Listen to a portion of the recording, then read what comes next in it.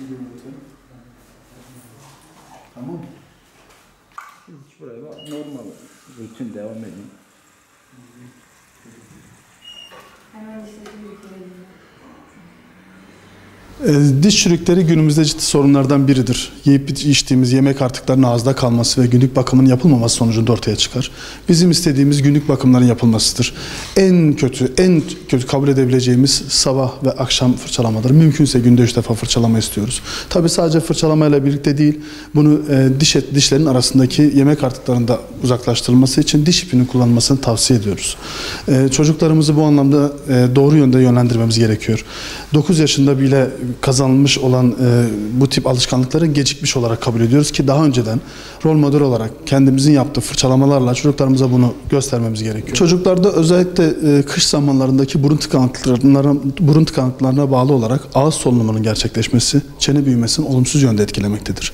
Bu anlamda ailelerimizin çocukları özellikle büyüme gelişme döneminde ki çocuklarımızın hani doğru nefes alıp verdiklerini kontrol etmeleri, buna yönelik gerekirse bir kahveciyle görüşmeleri, üst solunum yolu açık tutmaları gerekir. Eğer böyle bir durum olmazsa biz ilerleyen zamanda kişi büyüdüğünde çene yapısının daha da düzensiz olduğunu, doğru bir diş dizilimi gerçekleşmediğini görüyoruz. Diş hekimlerinin rutin olarak 6 ayda bir kontrollerin gelinmesini istiyoruz. 6 ayda bir kontrolün temel mantığı hem mevcut birikme olasılığı olan diş taşlarının temizliği hem de belki bir önceki muayenede çok küçük ve bir sonraki muayenede görülebilir hale gelmiş olan çürüklerin teşhis edilmesi, bunların tedavi edilmesi. Bir dişin çürümesini elbette ki istemeyiz ama illa çürüyecekse bir diş erken dönemde basit bir çürükken tedavi etmeyi tercih ederiz. Eğer bu ilerlerse kanal tedavisine belki çekime kadar gidebilir.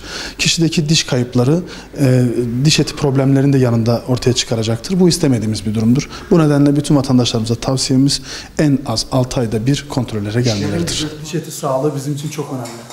Bunun için düzenli bakımların yapılması gerekiyor. Keza kliniklerde yani gelip diş hekimine müracaat ederekten keza rutin olarak evde öz bakımımızla birlikte diş tedavimizde yapmamız gerekiyor.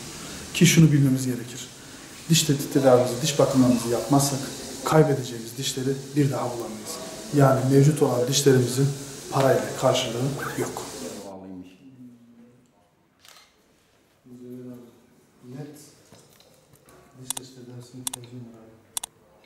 Tamam, dişim var.